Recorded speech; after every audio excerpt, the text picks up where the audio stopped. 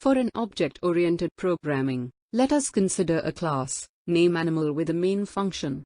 We also consider a name dog with data types and method to display. We can access the content of dog through animal in two cases. Case 1. If dog is present inside the class animal, then it can be accessed as a form of data by creating object. Case 2.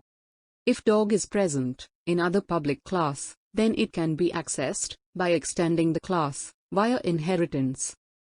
Inheritance is done by checking the access specifier, that is public, protected and private. Thus, it makes our program more secure. Moreover, we can modify our program by simply creating object or by extending the class.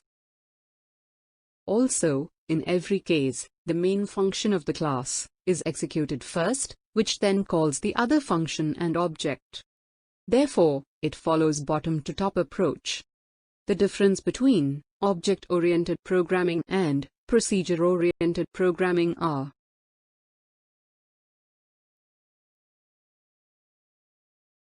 the principle of object-oriented programming are class and object, encapsulation, data abstraction, inheritance, polymorphism, data hiding, and dynamic binding. We will learn more in next presentation. Thank you. Hope you like this presentation.